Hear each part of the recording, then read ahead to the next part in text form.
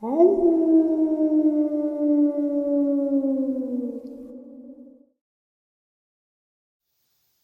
and salutations, everyone. I hope everyone is still doing well, and welcome to this night ending bonus. Before we jump into it, a couple links.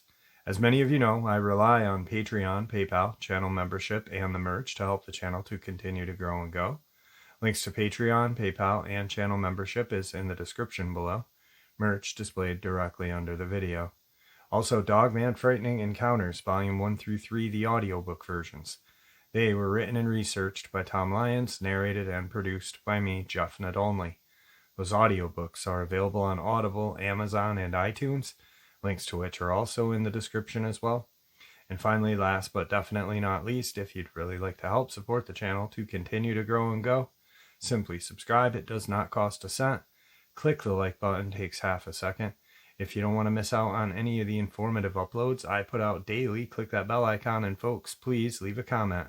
Why? Well, because all of these things really do help the channel to continue to grow and go. And yes, folks, they definitely do matter. Now, everyone, I have taken far too much of your time. Let's jump in to this night-ending bonus upload, shall we? All right, folks, this is an update from a subscriber who initially shared 2 experiences with us. And what I did was I put the update first, and then the 2 experiences that brought us to this update.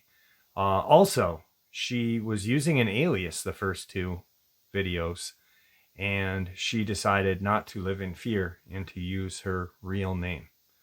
So let's get into Sharon's story.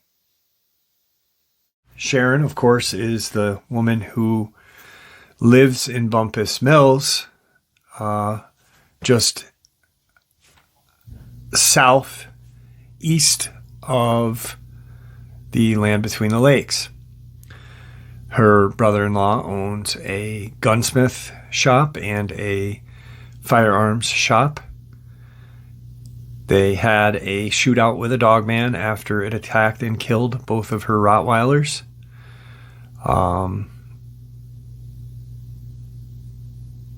It was then found by government or contractors.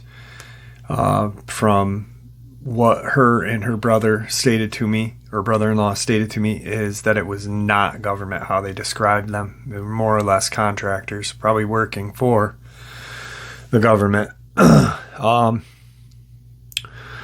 So it had been quiet for the last 13 days. And last night at 4:30 p.m. in the afternoon, she was on her way home from work.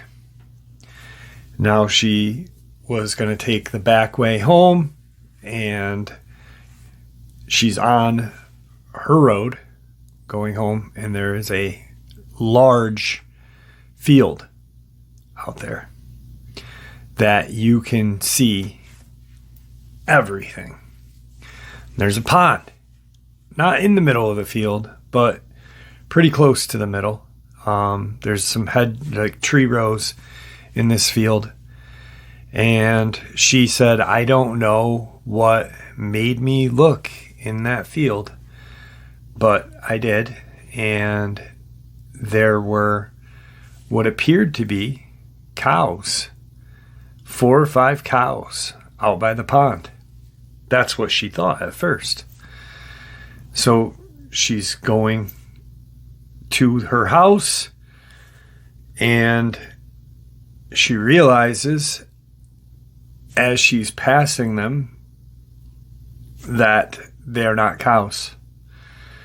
She storms up her road, and to the back side of her property is her sister and brother-in-law's home. She pulls in and says, I don't know what I just saw, but I know they weren't cows. Come check this out with me. Her sister and her brother-in-law pile into her little car, her SUV, and they drive back down towards the field. As she's driving back, the road that she lives on,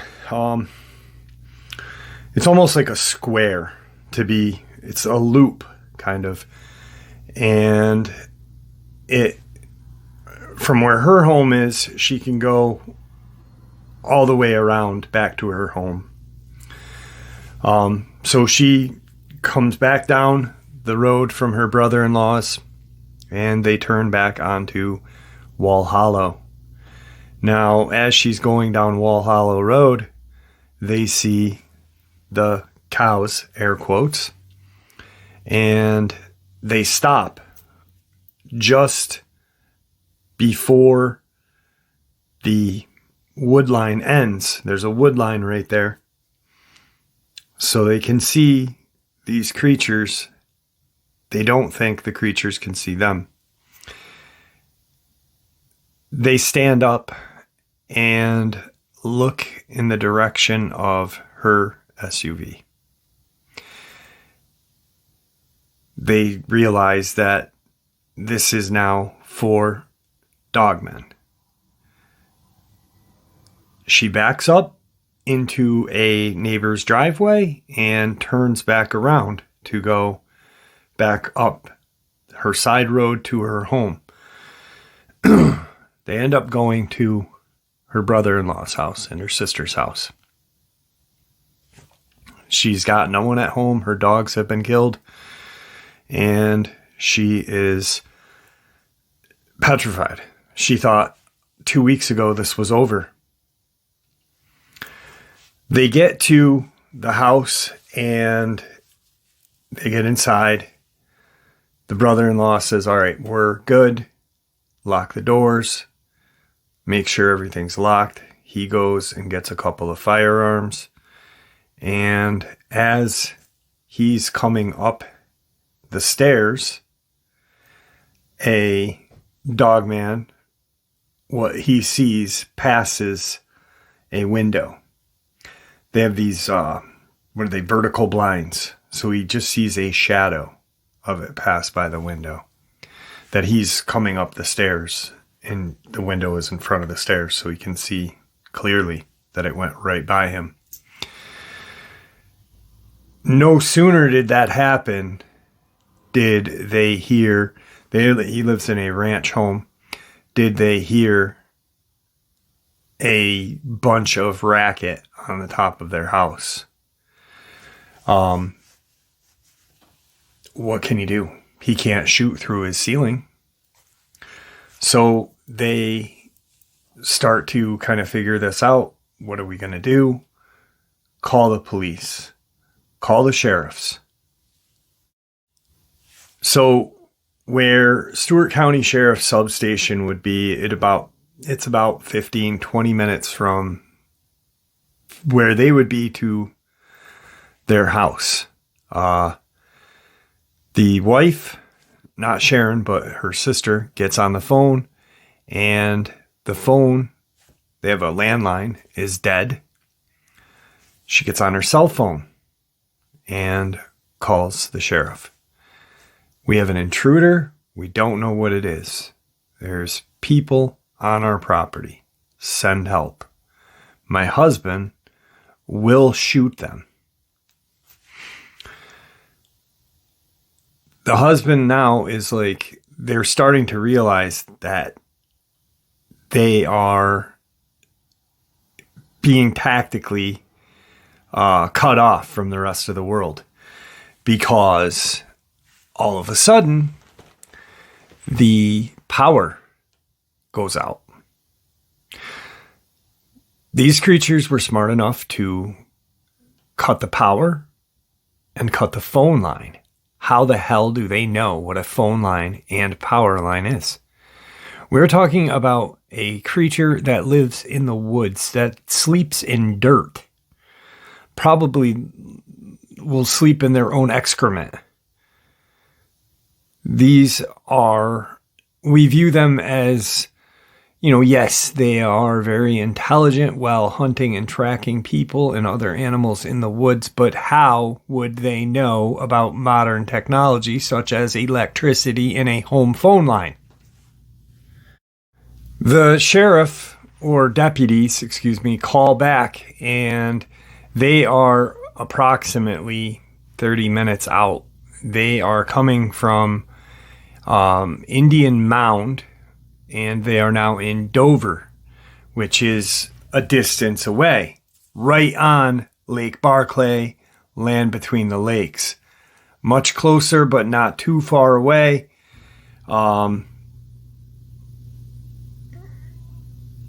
Sharon gets the phone from the sister and tells them exactly what is going on. This is who it is, Sharon, yada yada, her last name. This is what happened a couple of weeks ago. It was about 19 days ago, and then 13 days ago, the contractors came and did what they needed to do, almost having a shootout with the county police or county sheriffs, Stewart County sheriffs. There are dogmen, werewolves on our home. What do you want us to do? What are we supposed to do? The power is out. They're on the roof. Help us. We're X amount away. Excuse me, ma'am. One of the deputies picks up and, ma'am, we are on our way. This is... Sorry, there was people walking by. I had to hit pause because it's late at night now. It's about 11:30 and I'm recording this. And people were walking down the sidewalk yelling, probably drunk. So the deputy then responds. I was one of the responding deputies that was there the initial time. Stay inside. Stay inside. I know you have firearms. Protect yourself at all costs. Don't go outside. So they are now stuck in this small home. Not small, but it's a ranch home, a decent size home. They are hearing these creatures just run up and down their roof, run through the yards. They are looking for a way inside the house. Now, I asked her, I said, do you think they could have just, why do you think they didn't just rip the door off? And she said, I have no idea. She said, but that's what I was afraid of. They were posted up. They had the sisters were by the front door and the husband was by the side or back door. Waiting for an entrance, but it never came. 15 minutes go by and there's still no police. She is petrified. The husband's petrified. All of a sudden, a couple more minutes go by and the deputies arrive. They can hear the cars pull in, and they hear a really quick succession of siren. What she thinks is that the deputies turned the siren on to scare or to get the creatures to notice them, to get them away from the house. The brother-in-law is now looking outside of the door or window that he didn't open the door. He's looking outside of the window that when he was coming up the stairs, their side or back door, it's their side door of the house, but it goes to their backyard. He's looking at that, trying to figure out what is going on, how many police are here.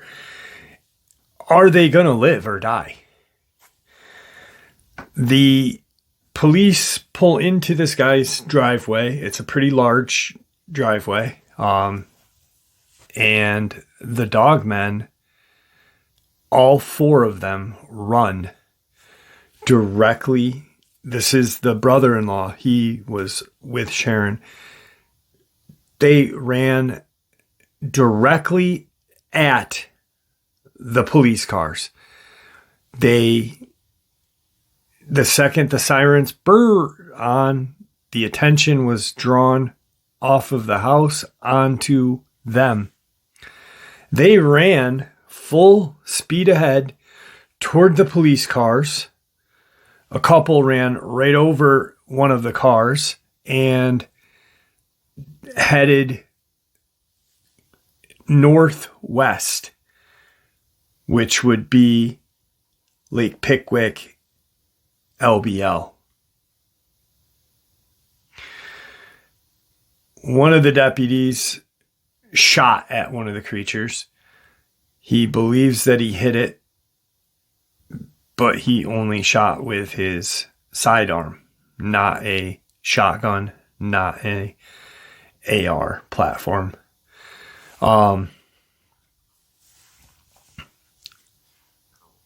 Three of the deputies left. One stayed back to talk to Sharon, her sister, and the brother-in-law. The brother-in-law fills the deputy in. He's telling me what, little bit, not much happened at that point. They're from Stewart County originally, born, bred, families raised, and the three deputies come back. One stays back behind. They all leave. The deputies end up leaving. One of the deputies went to school and is very good friends with the brother-in-law. They go hunting together, fishing together, and they've known each other since elementary school, he said. What this deputy said happened after they chased them is these creatures ran through the small unincorporated town of Bumpus Mills. They ran straight to this public park called Saline Creek Park. It connects to Bumpus Mills Campground. These creatures were keeping distance back from the cars. They were flying. They were not flying, but they were running. The deputies were in pursuit. They hit that area, and the last this one deputy saw as they were going into, because there's not many roads that are in this Bumpus Mills campground, but Bumpus Mills campground connects to the Cumberland River. The Cumberland River, for those of you who don't know, connects to Lake Barclay. Lake Barclay is connected and part of the area of the land between the lakes. He saw the four Dogmen run straight back into the Cumberland River going towards the L.B.L. They weren't stopping. They knew they were observed. The one deputy said these creatures did not care who saw them and where they ran. They had almost a mapped out location on where to run. Like, these creatures were tactically spot on. They knew where to run to get away from these deputies. And I'm not just talking in the woods. I'm talking in Bumpus Mills. how they ran. They ran through people's yards. They ran on the road until they got to where they could get away and stay gone for the time being. So now Sharon is convinced that these creatures, mind you, she was coming home from work. She just happened to be driving, she just happened to look over as she was on her way home out into the field just to look. And what she thought she saw was 5 to 4 cattle. Then realizing that there was 4 dogmen.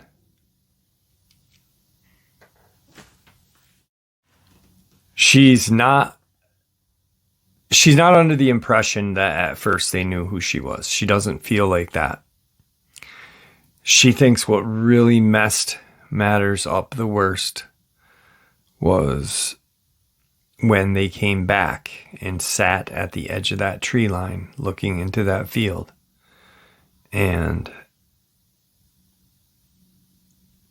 before they knew what could, these creatures stood up and started to go towards them. How they got to their home, how did these things know? That's her biggest question. Mine is, what are you going to do? But how in God's green earth did these creatures know to cut a power line? The phone line could have been coincidentally where they ripped, but the wires going into the house from the telephone poles is in like the eve of their home were ripped out. How did they know to do that? These are creatures that, left to their own devices, will learn. I believe that. The deputy that shared when they ran and he tracked them back to Cumberland, and he believes they ran up into Lake Barclay, following the water's edge and into the L.B.L. When they were on their way back from the call back to Bumpus Mills.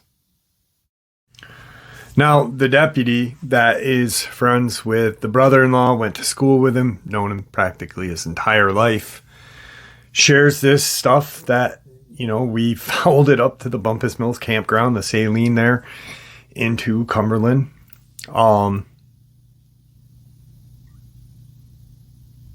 He then looks at the brother-in-law and says, we were just south of you guys less than an hour ago. We were called in because they were in Indian Mound. Indian Mound is a straight shot to Bumpus Mills. All of these,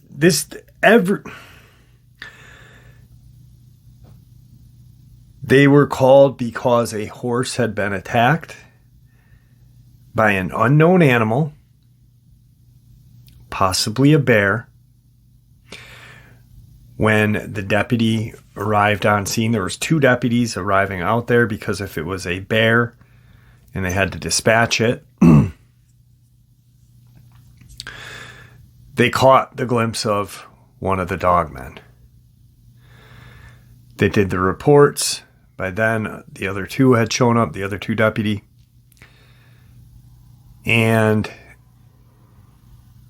as they were wrapping up, these dogmen went from Indian Mound straight up to the field just outside of Sharon's home probably getting a drink from a pond after running. Sharon sees them. They stop. Blah, blah, blah. They go and do the damage to the house. So, and then they another straight shot to Lake Barclay, Cumberland River or whatever, right up to Lake Barclay. It's all connected. It's all right there. So my whole point of this is, did these creatures go out today or yesterday, excuse me, in search or whatever of messing with Sharon and her family again? Or did, by chance, when Sharon stopped and looked with her brother-in-law and sister, did they look, when they stopped there at the tree line and saw them, did the Dogmen see them, not realize who they were, and just randomly attack? But this whole, where they were, so Indian Mound, the sheriffs went through Dover to get to Bumpus Mills, but these creatures ran straight up. They mapped out. They had a map, pretty much a mental map of how to get from point A to B to C, then to D. The quickest and most efficient way. But yet then, in the middle of all that, how the hell did they know to disable these people from the rest of the world by taking out their power line? I think, see, where the power line goes in and phone line go into the home is right in the crook of the eave of the house.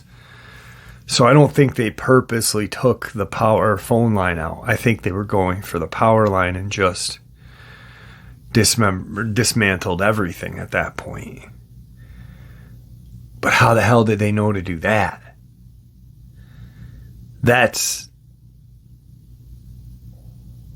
And are they looking for a revenge? Is that another thing? I asked Sharon, I said, please come on the show. I said, I'm not giving this justice. I'm not you. She said she'll think about it, and if she does, it'll be next week sometime. This is unbelievable. This is mind-blowing.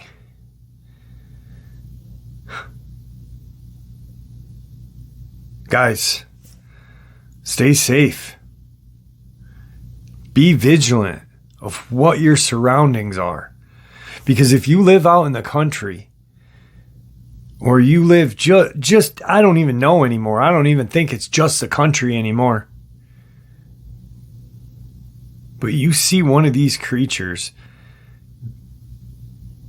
be aware of everything, aware of all your surroundings.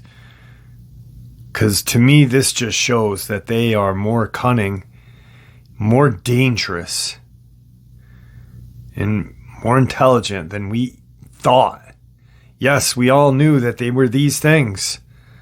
But to me, now, I think these things are a lot smarter than we gave them credit for.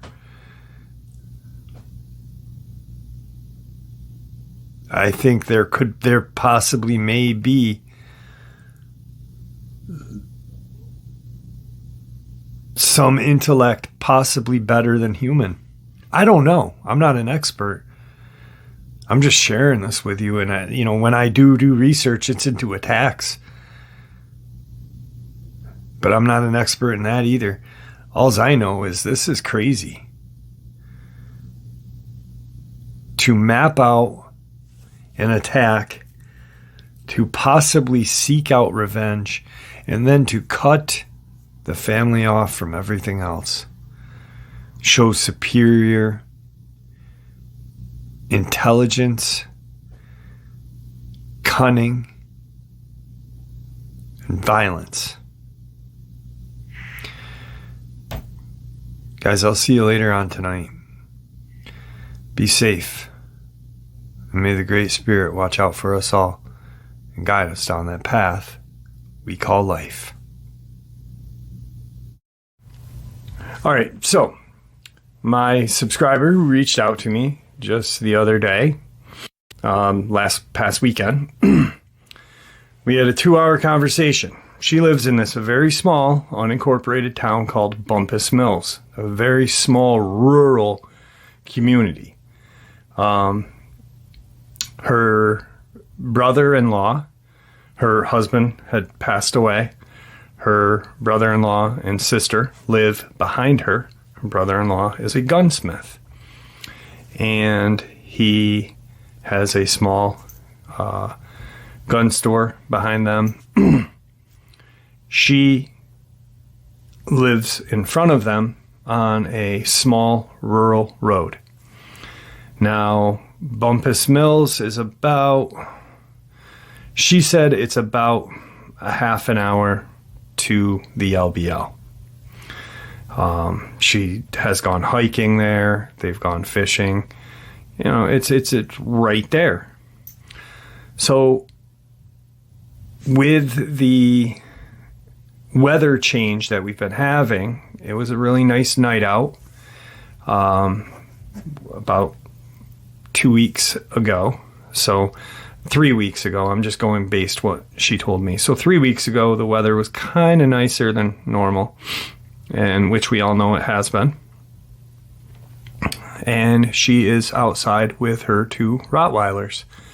She has a beautiful backyard. There's deep woods behind her, and there's a road that runs aside of these woods that goes to her sister's house and her brother-in-law's house. So she's out there enjoying the weather. She said she was actually having a glass of wine. She was trying to work out numbers. She was on her laptop working. She has had 2 beautiful Rottweilers, 2 males that were 4 years old. Now, she had heard some noises out in the woods behind her home, and these woods are pretty deep. Not excessively deep like deep Appalachian woods, but this is deep.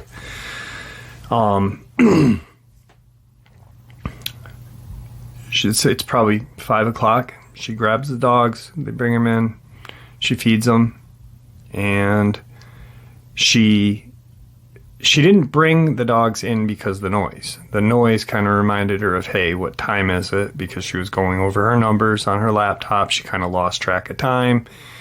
She wanted to get something to eat. It was time to feed the dogs because she has the dogs on a regiment. You know, they eat twice a day. This is very important to her.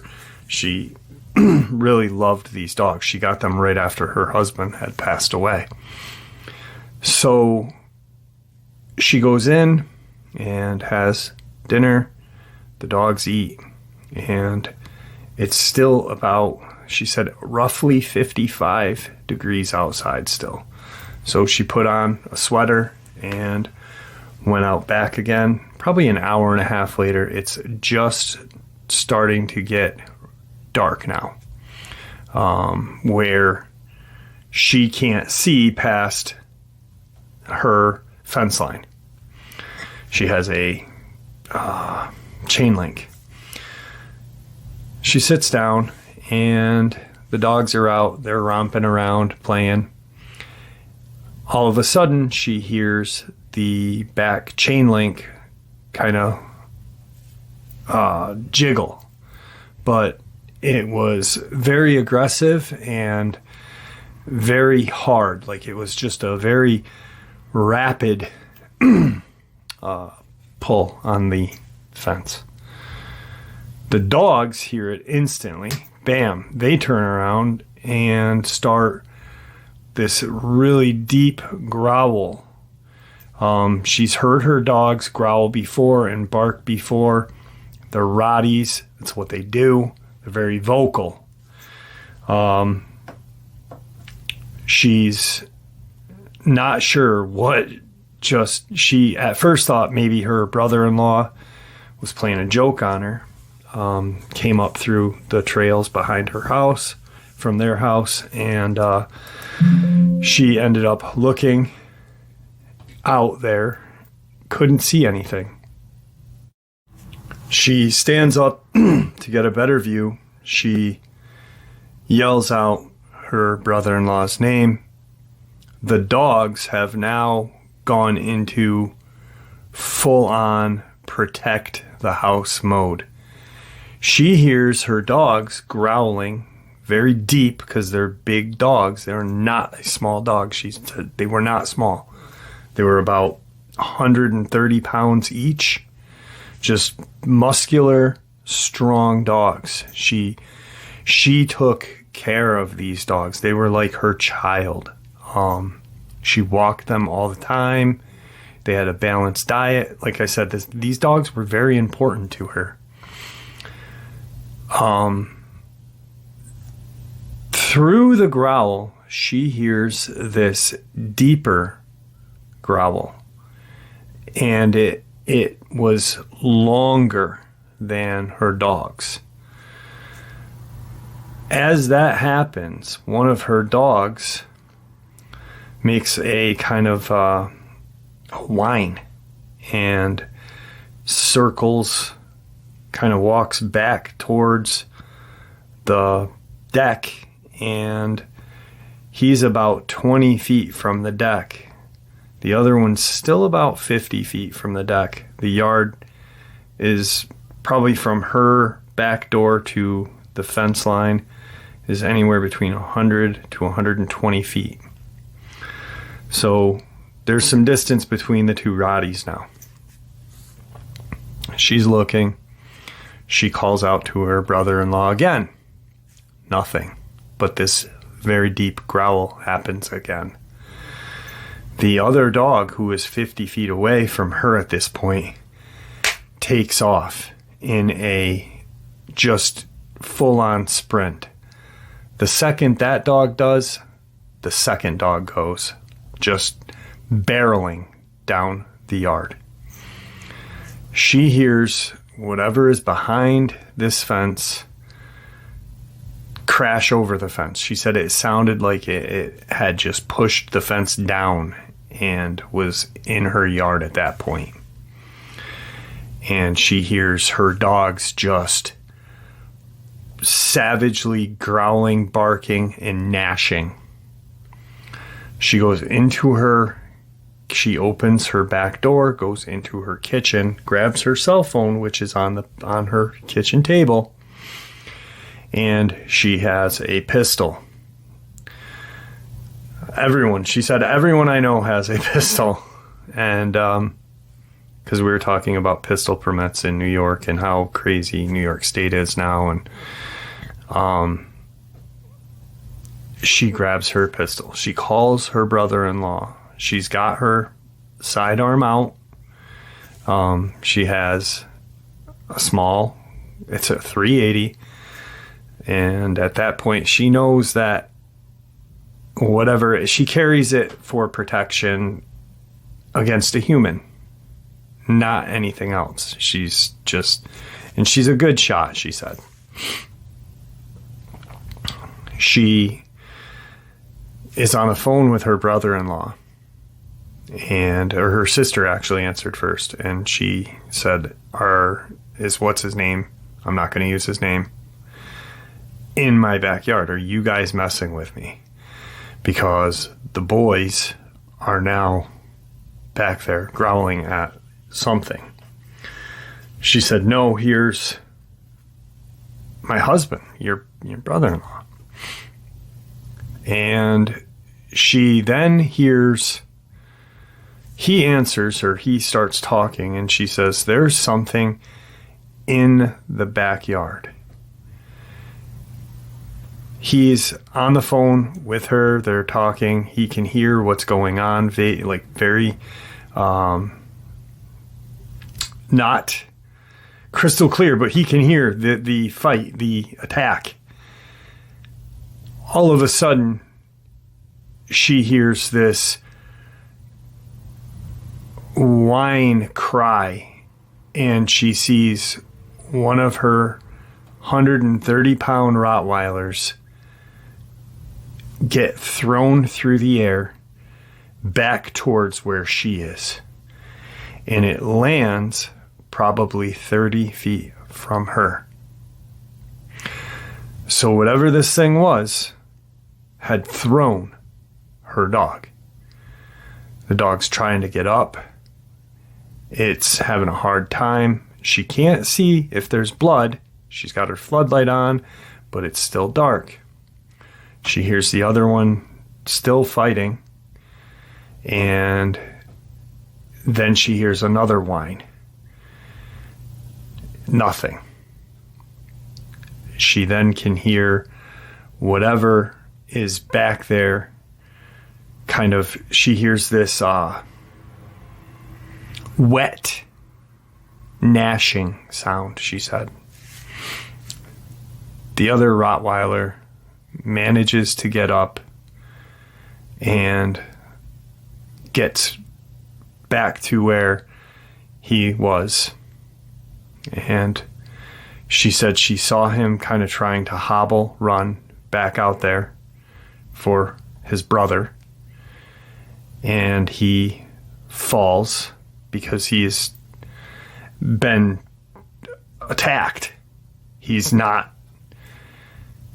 She sees this arm come out of the darkness and grab the other dog and pull it out of the lighted area of the yard to where her other dog and this creature is.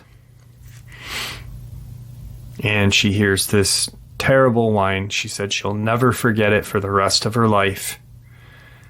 She started crying at that point. The majority of the conversation, we had to stop talking a few times because she was crying. So when I do interview her, she will be very emotional. She, at that point, says, "You're not out there," and to her brother-in-law, and she blindly shoots. She said, "I know that what I did was irresponsible as a gun owner, but I was scared. I was upset.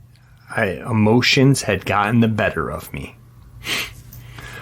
The brother-in-law hears the shots, hangs up the phone, and gets his firearm. He actually ended up grabbing his shotgun, and he has a 10mm pistol on him, and drives up. They're maybe 400, a football field away. Not very far, but there's woods separating them. He gets to her side yard from the road and drives off the road into her side yard and puts his high beams on the truck, shining into the backyard. When he did that, she was able to see what was back there. They both were able to see what was back there. What she saw was one of her dogs was on the ground, and this creature, a Dogman, was standing on it. It had its one back leg onto the dog. The dog was not moving. The dog was dead at that time. The other one was in the air with this Dogman,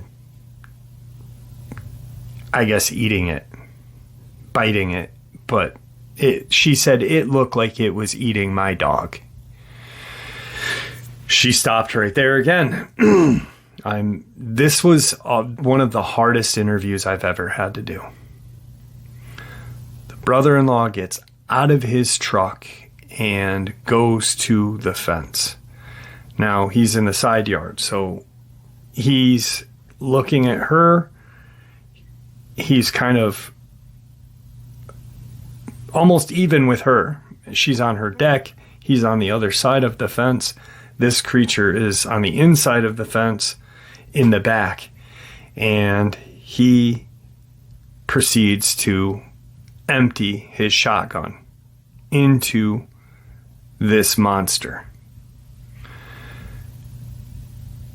She said, I know it hit it at least 3 times. This creature was at least 8.5 feet tall. She has a bird feeder or a bird house out in the back on the opposite side of her fence. And it is 10-foot tall pole with a bird feeder house on top. So when she has to feed it, she has a ladder that she has on the other side of the fence where she opens the ladder and feeds. She used that as an estimate of the height of this creature. She then sees this. They both see it. It's a monster of a creature. It's like it's not black, but it is that it has more gray to it. It's a silverish gray and black color. The predominant color in its hair is a silverish gray with black. It has these burning, she said they were burning hellfired eyes. It was at the point where he shot it, her dog, the creature had dropped the other dog. The third shot had hit this creature and it dropped to all fours. She said it looked like this thing was going to charge me or my brother-in-law. He drops his shotgun, yells to her, "Get inside your house and lock the door. Call the police. Call 911. She shuts her slider and stares outside the slider. He unloads this 10mm into this thing. It stands up and crosses across her backyard the opposite way of where he is, and kind of cuts into the woods. Now, this is Stewart County, Tennessee. So roughly 35 minutes later, a sheriff comes, Stewart County Sheriff. He is on his way to her house. The way the creature ran would have probably put it, she said, it must have gone past my sister and brother-in-law's house through those woods and went out into a road called Wall Hollow Road. As this sheriff was coming to her home, this creature ran in front of him. He stopped, looked at the creature as it ran into another set of woods, into a field, and continued to haul ass away from the area. He drives to her house. He's thinking this is a bear because of how large it was. It was on all fours, and it was so quick when it went by. So the sheriff ends up getting to the house. He knows everybody anyway. He knows the brother-in-law. At this point, the sister is now there, trying to console her because of her dogs just being savagely killed in front of her. The sheriff goes in the backyard. He gets kind of a feel of everything from her, the brother-in-law. The sheriff and the brother-in-law go to the backyard to look at the damage that was done, to see if the fence was broken, to cover the dogs, to, just take care of the situation. One of the dogs' carcasses wasn't there. When that creature dropped on all fours, it apparently had grabbed the one that it was standing on and ran with it. When they were looking for the dog, the other dog, the brother-in-law said, "Where's the other Roddy? Where's the dog?" The sheriff said, "I just saw a bear, and it appeared to be carrying a cub, and it ran across the street from me about 60 feet in front of me. I didn't get a great look, but I saw it booking through. Do you think that's what caused this?" The brother-in-law went inside, explained the situation. She's then just a mess. About an hour later, there are 4 more sheriff deputies in her yard looking through these woods. They combed the woods. They went on these back roads, looking for the creature. The sheriff that initially shows up, and he then decides, hey, I'm going to go check and see if I can see where, this thing ran through. He goes down the back way off of, he kind of loops around and kind of follows the way he went to her house. And then goes down Wall Hollow onto a farm road. This farm road is off of a interstate, or not an interstate, county road 120. He drives down the dirt farm road, and as he's coming into the road, one of the farmers kind of sees the car and comes out and says, "Hey, what's all the ordeal? What are you down here for? Yada yada." And he said, "Hey, we just saw this bear. A bear just attacked what's her name's dogs." And he said, "I didn't see no bear around here. There's, He proceeds to say, "All right, if you see anything," and goes down this dirt road a little more. And at the end of the dirt road is a farm field. There's a farmhouse, another farmhouse, and a field. It's almost like a kind of a turn off, and to get out of there and back to the main county road.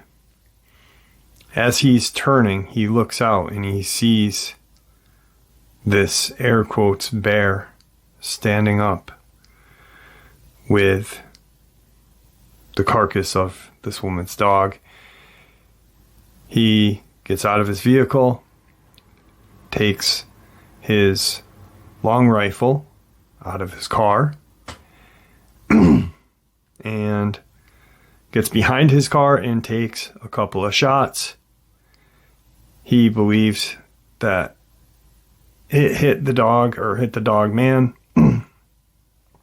because it made a very strange noise, and it took off running back the way it came. It had still this dog in its grips. The sheriff then proceeds to go back the way he came, and as he's coming up onto Wall Hollow Road again to turn to her road, or turn to the road that leads to her house, it goes right by his or her brother-in-law's house. There's the carcass of the dog. And he gets out, stops, radios for another deputy to come. The other deputy takes a different route. Instead of going down the road that connects from her house, the road that the brother-in-law had to travel up. Instead of going that way, he went around onto 120. He went down this small road onto 120 and then up to Wall Hollow, because he had no idea. He just said, I'm on Wall Hollow. So the sheriff's like, all right, I'll go this way. As he's getting out, he sees the air quotes bear now running bipedally towards L.B.L. And doesn't stop. He just keeps going to get to where the other deputy was. The dog that was left in the yard had huge claw marks on its flanks, on its back of its neck, head. The dog that the sheriff recovered was missing its back half. It was missing both its back legs and a large portion of its midsection, the soft innards where that would be.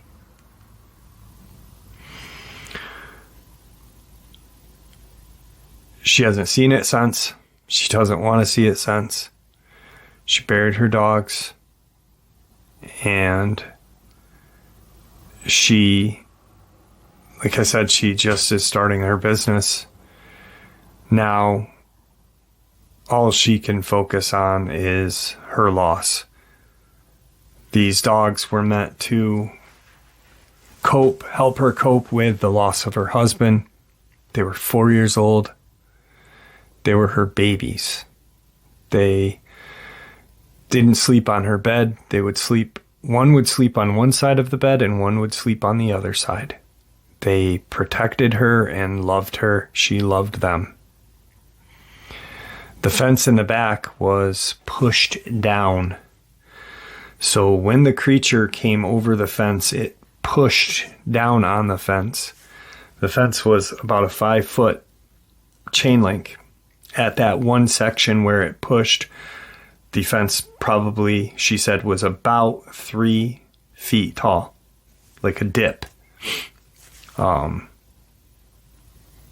She said she's got to wait until probably mid-spring, summer to fix the fence because, she's just doesn't have the funds to fix it and really can't deal with much more. They buried their dogs, or she buried her dogs. Her brother-in-law and sister she still owns her home. She's not going to sell her home, but she's living now around the corner with her sister and brother-in-law at their home, which their home has his gunsmith and gun store. This is a very tragic case, very terrifying event. I'm not doing it justice because I'm not her. But these deputies saw it. I said, well, what did the deputies say? And they kept referring to it as a bear. Actually, in the report, it was stated that it was a bear attack. They were very polite and did their job, by the book. But there was no consoling after the fact that they labeled it as a bear attack.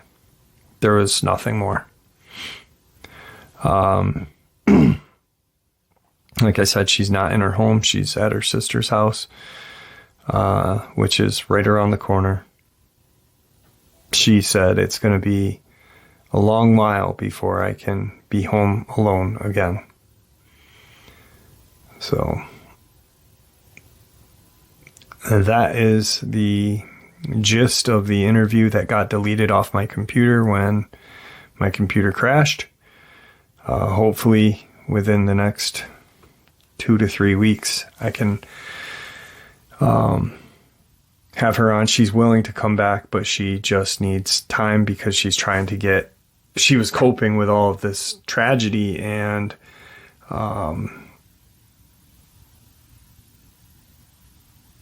attack experience that did not make any sense to her. Her brain cannot really, she's actually heard of Dogmen before. She knows people that live close by to the L.B.L. and, it's not something talked about openly in public, but it is when you know people, Hopefully she can come on and fill in any blanks. But once again, I know that when she does, it's going to be a very hard interview to have her do. Okay, so after the upload on Bumpus Mills the other day, Caroline got in touch with me and had her brother-in-law on there. He's the one who unloaded shotgun and 10mm on the creature. The last they were aware, the Dogman had doubled back through the woods behind her house and proceeded to run down a little bit onto a road and cut through some woods off of this road called Wall Hollow Road. That's per a sheriff, Stewart County Sheriff. And the brother-in-law, because I had said that Caroline and the family had heard of Dogman, they live quite close to the L.B.L. L.B.L. is part of Stewart County, Tennessee, as well as a couple other counties in Kentucky. So they immediately assumed that it was heading towards the L.B.L. Instead, like I said, he is a gunsmith and well known in the community. Apparently, this creature continued to run through the woods in Bumpus Mills. Now, the geography of the town it consists of large patches of woods, large patches of fields, and here and there some ponds, a couple of houses here and there, a couple of stores here and there, post office, obviously, and a few churches. Now, Bumpus Mills is a unincorporated town, so there's not a lot of people here, and everybody knows everybody. A few days after all this went down, a gentleman who they are all familiar with went into the brother-in-law's business in the guise of talking about a rifle. What he had said to the brother-in-law was kind of, did y'all lose something that made its way onto my property, leading to me having unwelcomed guests on my property? The way the brother-in-law said this gentleman spoke to him, he was pretty irate. This gentleman owns a large portion of the community. A huge farm, a small logging business, pretty much owns his own couple of roads. And like stated, the creature, the air quotes bear, was pretty badly injured. The brother-in-law had unloaded on this thing. So it continued to run through the woods, and what it did was it hit this area. It's kind of like a small patch of land with, it's kind of sets in the middle of these woods. It's a field, but it's not a field. It's just an empty piece of land. And the creature ended up dying there. So the Stewart County Sheriff's Department is looking all over for this thing. Of course, with technology today, they have the capability of drones, aerial, and stuff like that. Well, apparently,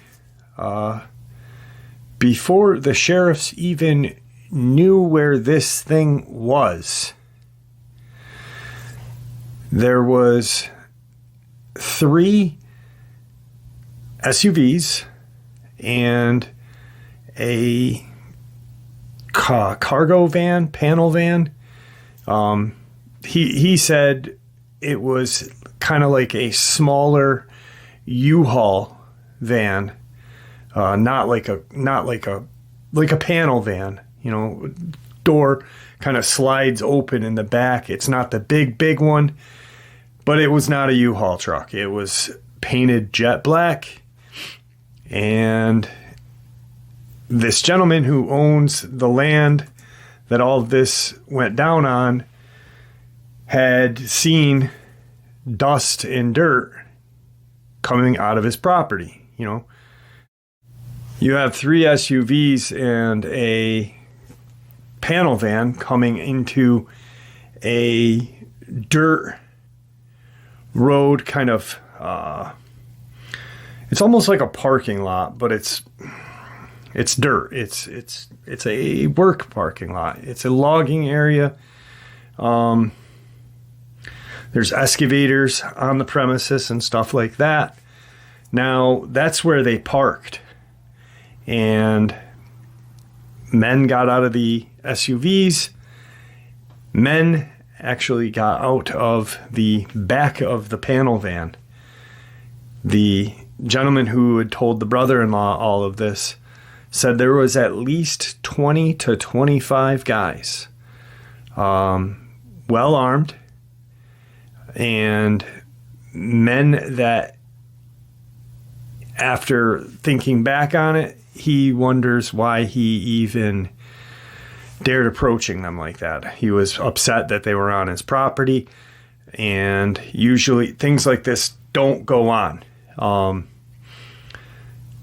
guess he's got an office just above where these trucks or SUVs had parked. He came down with a couple friends of his that were there, workers, and approaches and says, "What the hell is going on here? What are y'all doing?" Half the men went into the woods, and another half stayed with the guy who was in charge. apparently this guy was mid-40s, very well educated, well spoken, he said. And what the gentleman who owns the land and stuff said was a hillbilly city slicker. I don't know what that means, but so needless to say, he gets on his cell phone because he's not getting any answers and calls the sheriff's department. Well, a couple of sheriff's department come and park. The guys are in the woods heading towards this kind of field that's back there. And as the sheriff's department pulls in, the owner of the land is getting ballsier and ballsier. You know, he's not holding back now because obviously he's hometown sheriff, people he knows, people he's lived with.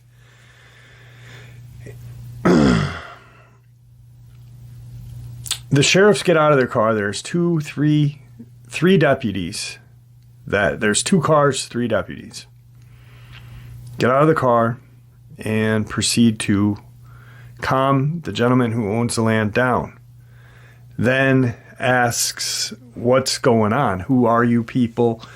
They have high-powered, they're all packing, these men that are, they are in what the guy said, they weren't like spooks, his exact words. They weren't spooks. They didn't look like men in black.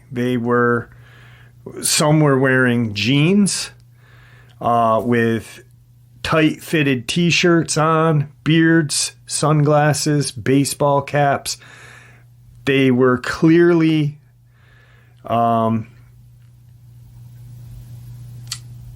some sort of military or some sort of hired firm, whatever. The guy that was in charge was clearly in the part of the U.S. government. He didn't know what the hell was going on. You know, you've got some guys in black cargo and kind of button-up black shirts. And then you've got other guys who are in the woods that are, you know, in jeans, in tactical boots, in t-shirts, you know, your basic contractor looking people.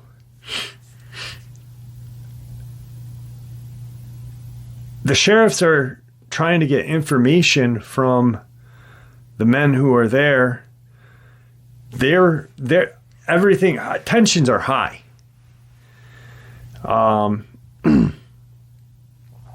The sheriffs the deputies have their hands on their sidearms. There's 12 men, at least, in front of them with high-powered rifles and sidearms as well on them, you know. If it turned into a firefight, it would have ended badly for the sheriff's deputies and the landowner and his workers. Everyone was armed, you know. All of a sudden, they hear 3 or 4 shots ring out. The tensions went from high to boiling at that point. Guns are drawn. Who are you? Yada, yada. Get the, you know, and one of the, I guess the best thing I could say is military government agent. I don't know. Because how he described them did not fit the kill team that was described in Colorado. I've never heard of, I mean, we've talked about the kill team. They were wearing black kind of cargo, you know, that matches up. But I've never heard of men in jeans, tactical boots, you know, straight up freaking contractors. They come out of the woods.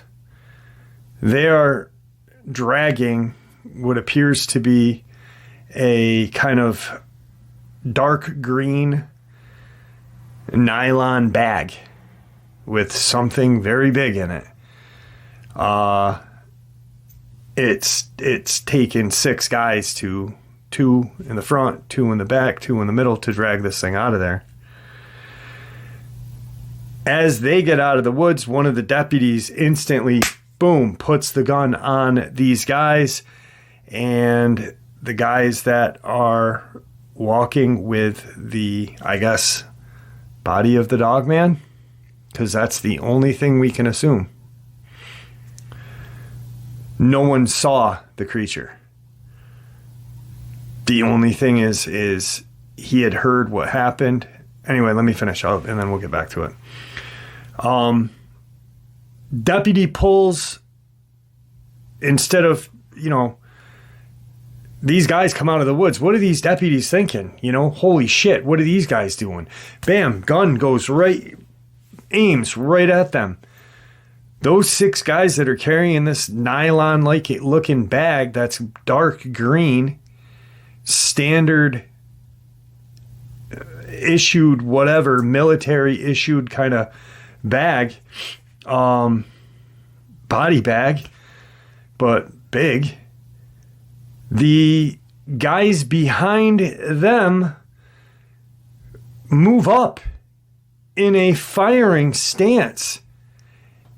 These are the guys that are in jeans, and a couple of them are dressed just like the other men that are up front and with the cargo pants and shit. These guys are ready to lay fire down. They're ready to wipe out whoever is in their way. The guy who is in charge of this whole operation looks at the 3 deputies and says, "This is far above anything that you have any clearance for. I'm telling you right now, we're taking what we're carrying out of this woods, we're putting it in this van, and we're leaving. You will never know we were even here. But if this escalates any further, none of you are going to be leaving. And we all are leaving with what we came for." At that point, the deputies knew that it was over. They kind of stood back. They talked to the landowner. The landowner had heard every word of what was just said. He knew damn straight what was going to happen if escalation occurred more, and shut up too. They put whatever was in that body bag. When they put it in the van, the cargo van or the panel van, they could tell it was heavy. This is a day after the occurrence at Caroline's house.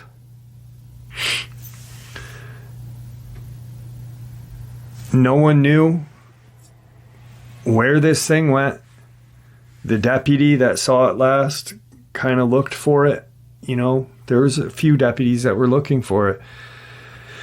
How did these guys know where it was? My only guess is this thing was chipped.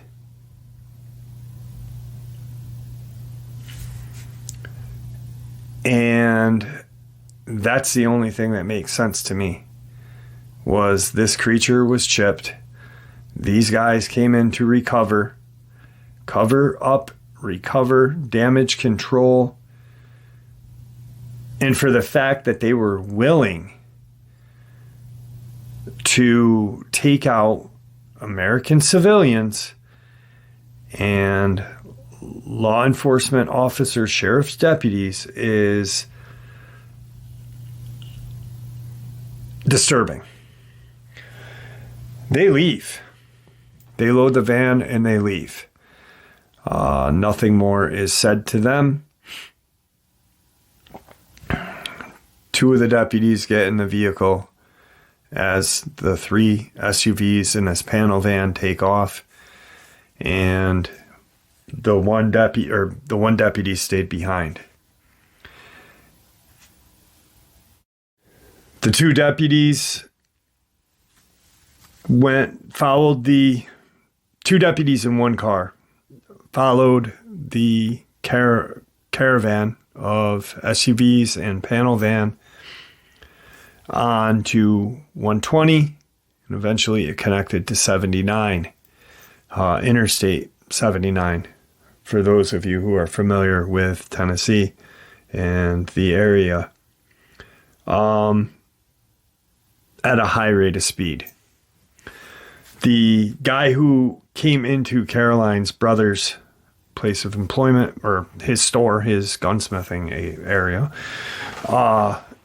was there. He was listening to the radio conversation. You know, these people know each other. This is a very small community, tight knit.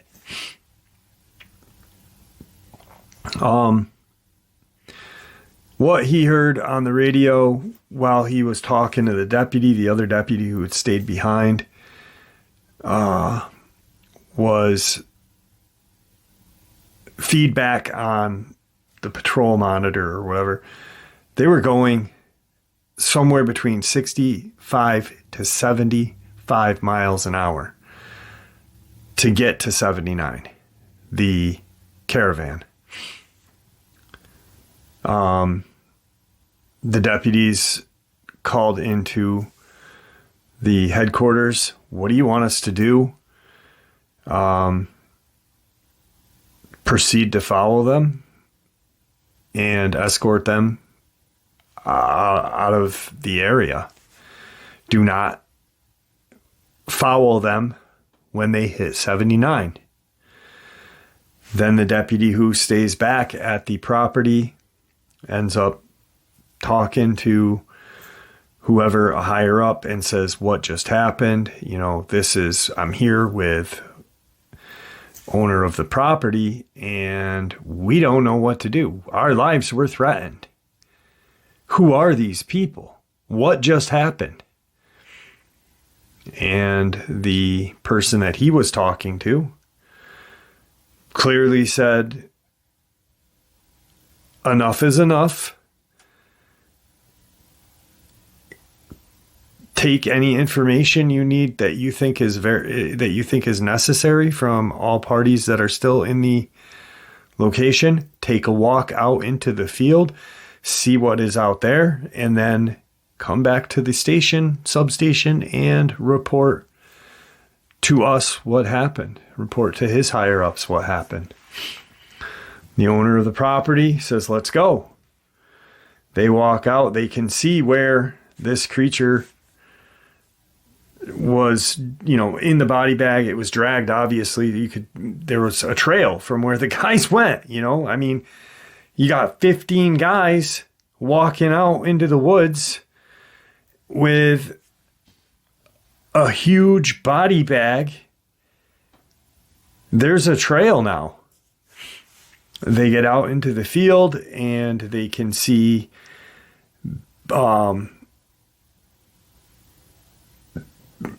matted down.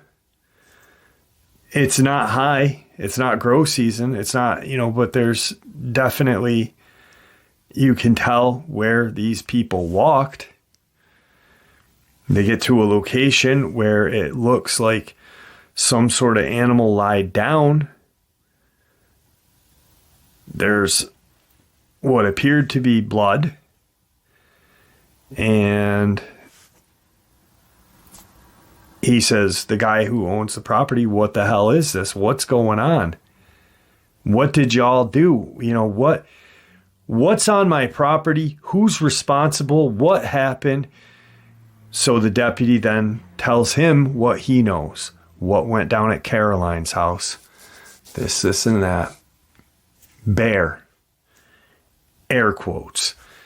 He's like, why the hell did these guys come in and get a bear? I've never heard of that. Neither did the deputies. The guy leaves, the deputy leaves, does whatever he needs to do. And the owner of the property now is left here wondering what just occurred. What happened? How do I deal with this? You know, this has been his property for X amount of years. This has never happened before, you know? I know darn well if anyone came in on, back in the day, family members, if my uncle, cousin, if someone came in on their farm and started to, bully them, it probably would turn out just the way it turned out here, It's our property. It's your property. He takes into consideration what was told to him the next day.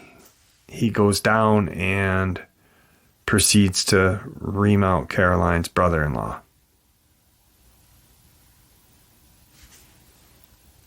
Asking, hey, what did y'all get me into here? What happened? They're saying a bear. The brother-in-law proceeds to tell him what happened at Caroline's house. He's like, is she okay? The owner of the property. Yep, she's fine. Her dogs are, dead. And he kind of things smooth over. They're friends. He was just like, he couldn't believe what happened. You've got people that are clearly government and people that are coming out that clearly appear to be government but are not dressed the same way. And they are very quick to defend whatever is in that body bag, against these deputies and these people, the landowner and his workers. Clearly, they're not going to back down. They will shoot with immunity, I guess. We're talking the government. So this thing didn't make it too far. But my question is, they came into town, they rolled in, pulled into this guy's property like they owned it, knew where to go, had the, pretty much it was a strategic plan, come in, resolve the issue, and get out. Was this a chipped creature? I think so. Otherwise, how would they know? How many more chipped creatures are out there, and why, if it was, are they turning on the handlers, the population? What's going on? Caroline said she hopes that she never has to deal with anything like this again. She is distraught about everything. She feels terrible that her dogs are gone. She feels terrible that her brother-in-law had to do what he had to do, and now what another friend had to go through, on top of deputies. These people in this community are good, God-fearing, church-going, hard-working Americans in a small, unincorporated town. The perfect environment for, what this sounds like is what happened in the Appalachia. Government would come in, do damage control, clean the mess up and head out. And if you got in their way, well, you didn't get in their way. And there you have it, folks, this night ending bonus, which I do hope you all enjoyed as much as I enjoyed sharing it with you. I'd like to thank you all for supporting the channel. It is, after all, your support that keeps this channel growing and going, and honestly what gives us all a chance and a place to share our experiences and theories judgment-free, just simply treated with the respect we all deserve. Everyone, please stay safe, happy, healthy, and ever vigilant. Keeping an eye on our children, pets, family, and friends. These creatures are real. They are out there, and they are dangerous. Share this information with those you love and care about, and it may just save their lives someday. Until next time, never stop asking questions, never stop searching for the truth, and God bless.